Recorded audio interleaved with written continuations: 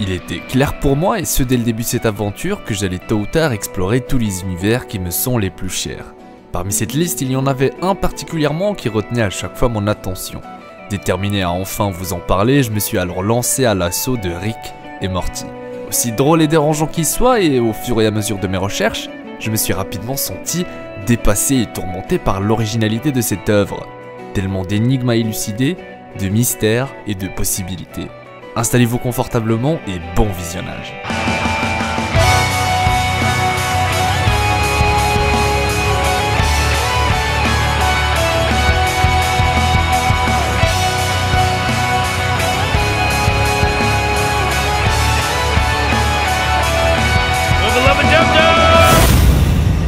Now is the time for action.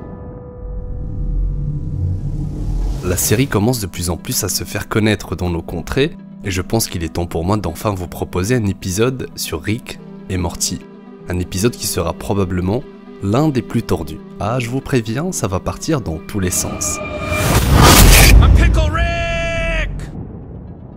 C'est dans le tout premier épisode de la série qu'on découvre les fameuses Megaseeds ainsi que leur unique pouvoir de rendre temporairement n'importe qui extrêmement intelligent.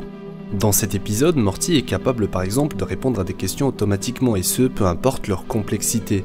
A partir de là, plusieurs théories ont vu le jour, même si j'ai ma propre idée sur la chose. Cette théorie que j'apprécie particulièrement donc concerne l'intelligence de Rick, se proclamant l'être le plus puissant et intelligent de l'univers, l'égal de ce qu'on pourrait appeler Dieu, le Rick le plus Rick des Rick, pour faire court, la personne la plus dangereuse de l'existence. Selon ces théories, le secret concernant l'intelligence de Rick est présent, et ce dès le début de la série, et ça concerne la flasque qu'il trimballe tout le temps avec lui, un élément qu'on retrouve presque dans tous les épisodes de la série, une flasque qui, vous l'aurez compris, contient une version liquide des méga graines.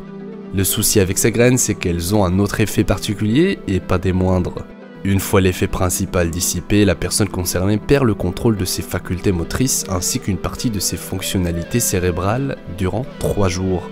Et vous savez quoi? C'est justement cet effet secondaire qui va constituer la preuve centrale de la théorie, et ça concerne plus précisément l'épisode 10 de la première saison. Épisode où on aura l'occasion de visualiser certaines images tirées directement des souvenirs de Rick. Et justement, dans l'un d'entre eux, on peut clairement voir Rick dans un état très semblable à celui de l'effet secondaire des méga graines, avec un Morty qui tend justement la fameuse flasque à Rick, comme si ça pouvait lui permettre de se remettre de cet état, comme si les méga graines étaient devenues pour Rick une sorte de drogue. En gros, tant qu'il continue de se nourrir de ces fameuses Megaseeds, il est immunisé face à leur effet secondaire, une drogue dont on perçoit le côté néfaste qu'une fois qu'on arrête d'en consommer. Ainsi, tant que Rick continue de consommer le fameux liquide des méga graines donc, son effet secondaire disparaît, mais vous l'aurez deviné, il ne disparaît pas totalement puisqu'un petit indice reste toutefois visible. Un indice qu'on a clairement assimilé au personnage depuis le début de la série, un élément qu'on retrouve chez une seule autre personne, qui elle aussi a expérimenté l'effet secondaire des méga graines, à savoir Morty lui-même. Inside a simulation. Tout le monde s'est posé au moins une seule fois cette fameuse question. Suis-je dans une simulation, une sorte d'expérience ou quoi que ce soit de la sorte, et c'est frustrant de ne jamais pouvoir répondre à cette question. Eh bien en tout cas, c'est ce que cette théorie suggère, et elle se base sur des faits plutôt sympathiques. C'est dans l'épisode 4 de la première saison qu'on a l'occasion de découvrir les Igériens, ainsi que leur technologie de simulation. Pour faire simple, c'est une race extraterrestre qui tente de mettre la main sur Rick depuis plusieurs années, dans le but de lui voler la fameuse recette de la matière noire concentrée. Dans cet épisode, les personnages de Rick, Morty et Jerry sont confrontés à cette technologie de simulation et arrivent apparemment à s'en défaire en fin d'épisode. Rick se rend compte que Morty faisait lui aussi partie de la simulation et fait en sorte de fuiter une mauvaise recette qui aura pour but de détruire la base spatiale sur laquelle a lieu l'expérience. Cependant, et comme le souligne l'antagoniste de l'épisode, ils ne pourront jamais savoir s'ils sont réellement dans la vraie vie. Il faut savoir que le moindre élément dans Rick et Morty est à prendre en compte. Un objet qui par exemple surgit ou disparaît sans aucune explication logique est à ajouter sans exception à l'équation. Le fait que ce soit un dessin animé ne justifie en aucun cas un oubli ou une erreur d'animation, et ceci concerne tous les éléments qui vont appuyer les théories que je vais vous présenter. D'ailleurs, la série est très stricte sur le sujet puisqu'elle nous invite constamment à rester sur nos gardes et surtout à être observateurs. comme si elle nous invitait à résoudre tous les mystères de la série en déchiffrant plusieurs symboles et ce, peu importe la manière dans laquelle ils sont illustrés. Ainsi, certaines personnes avancent quelques preuves pour appuyer la fameuse théorie de la simulation. La plus intéressante parmi elles concerne la présence de ces bestioles-ci, une sorte de race extraterrestre qu'on découvre pour la première fois à l'intérieur de la simulation et qu'on retrouve également dans la suite de la série. Cet élément constitue pour certains une réelle preuve que l'histoire continue de se dérouler dans une réalité simulée. Pour cause, la série met bien en évidence le plan qui concerne cette créature, comme si c'était quelque part une manière de nous dire « ce plan est aussi important que le reste de l'épisode ». Personnellement, et comme la plupart des fans de la série, c'est vraiment la scène post-générique qui m'a le plus mis le doute. Le fait que Rick lui-même n'est pas sûr d'être dans la réalité et menace Morty de lui dire s'il est une simulation, c'était vraiment un coup de maître, surtout en fin d'épisode. Après tout, si Rick lui-même ne sait pas ce qu'il en est, qui sommes-nous pour affirmer quoi que ce soit? En tout cas, il est clair que la série aime se jouer de nous, limite nous demande de tout remettre en question, et sachant qu'il est possible d'imbriquer les simulations les unes dans les autres, et d'ailleurs c'est ce dont il s'agit dans l'épisode en question, il est tout à fait possible que toute la suite de la série, et précisément à partir de cet épisode, se passe en réalité à l'intérieur d'une simulation. What about the reality we left behind? Vous savez, il y a certaines questions dans Rick et Morty dont on n'aura probablement jamais la réponse, et je pense personnellement que la série a volontairement fait ce choix. On découle alors une multitude de mystères, sachant que certains d'entre eux sont clairement impossibles à élucider. Est-ce que la fille de Rick est réelle suite au dernier épisode de la saison 3 ? Et sur quoi sommes-nous censés se baser pour en avoir le cœur net ? Comment est-il possible que certains personnages sortent littéralement de nulle part et pourtant semblent avoir fait partie de l'aventure depuis le début ? Ou encore, qu'est-ce qui rend Evil Morty si spécial et surtout, quel est son objectif ?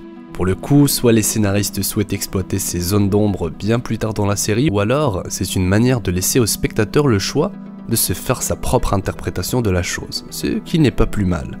Encore une fois, il en résulte une infinité de théories aussi tordues les unes que les autres, ce qui va me permettre de vous apporter une réponse claire concernant toutes ces théories, une fois pour toutes, ainsi que toute autre théorie aussi loufoque qu'elle soit, même si c'est votre propre création. Il faut savoir que la série Rick et Morty prend place dans un multivers. Je cite, « Il y a une infinité de réalités Morty, la plupart des timelines ont un Rick et la plupart des Rick ont un Morty. » À partir de ce constat, vous l'aurez compris, je me permets donc de vous annoncer que toutes les théories qui existent concernant la série Rick et Morty sont vraies. Aussi tordues que la situation puisse être, il y aura toujours au moins un univers où les événements seront identiques à la théorie énoncée. S'il y a une réalité où les humains sont des chaises alors que ces derniers sont vivants, ou encore une autre où des pizzas peuvent commander des humains, comment ne pas trouver une réalité où Beth est un clone, une autre où Rick a réussi à se suicider, une réalité où Rick et Morty sont la même personne, ou encore une autre où Morty est aussi intelligent que Rick. Now is the time for action.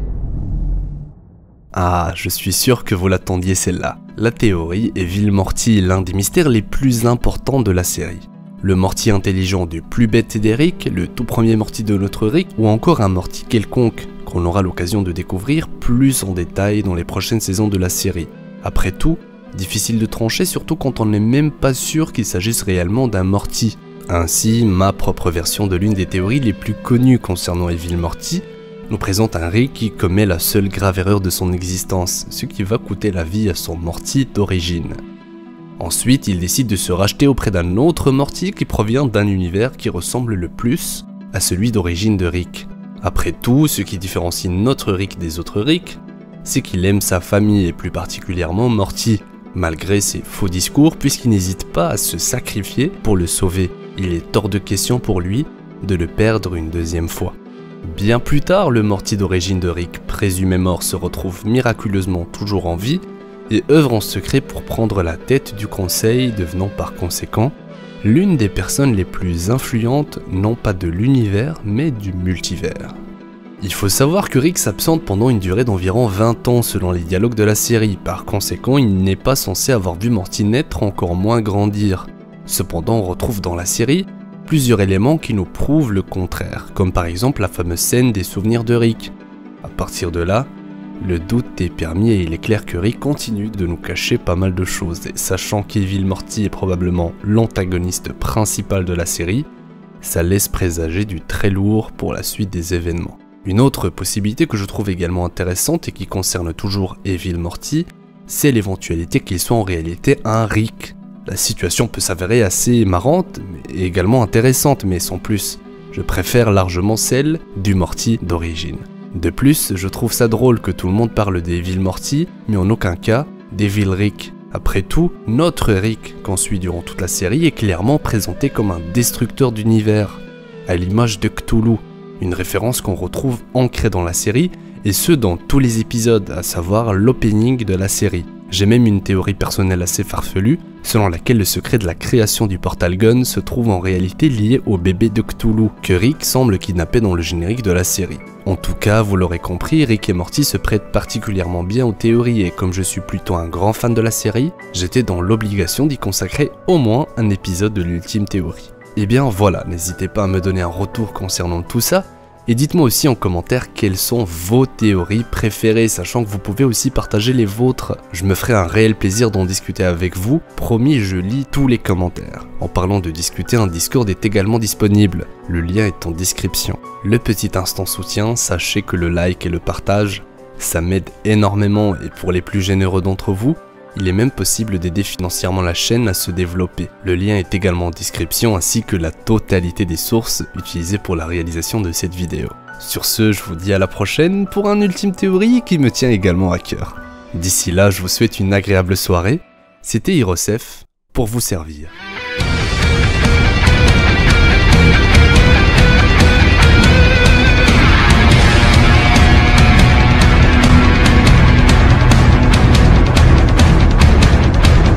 Non mais sérieux, imagine au bout de 9 saisons, Rick il veut juste la Szechuan sauce.